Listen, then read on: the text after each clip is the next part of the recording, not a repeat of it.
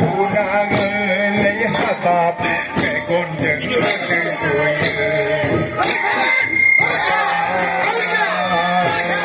khắp hal cơn năm thời đã mau nàn ấy ra nà trong thả hú mày mà khi mau nàn ấy ra nà trong mê lệ mà đi xa khi khắp hal cơn mau nàn ấy ra nà trong thả hú mày mà khi Yesusnya mau nanai tanah dong mele tani sakti. Saya berterang aku kuisai lama naik tapi kondali kau jangan lalu. Saya berterang aku kuisai lama naik tapi kondali kau jangan lalu.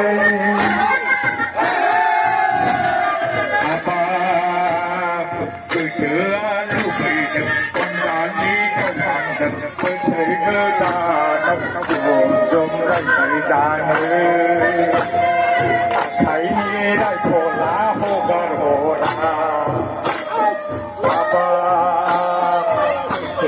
lúc bây giờ con đã đi trong hàng đất với thấy ngơ ta nắp buồn trong đây thấy rong ra thấy như đây khổ lá hô gà hồ ra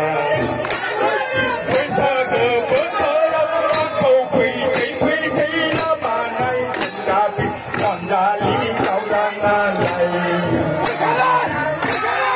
với sao cơ bớt thơ lắm câu quỳ xây lá mà này đã bị còn đã lý sau đang an này.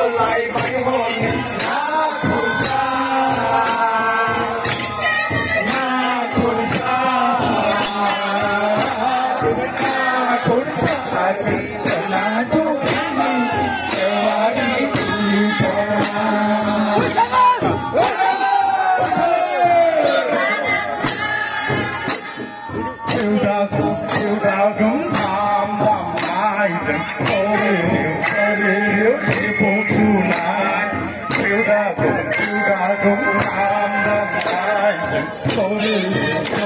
nếu chỉ phụ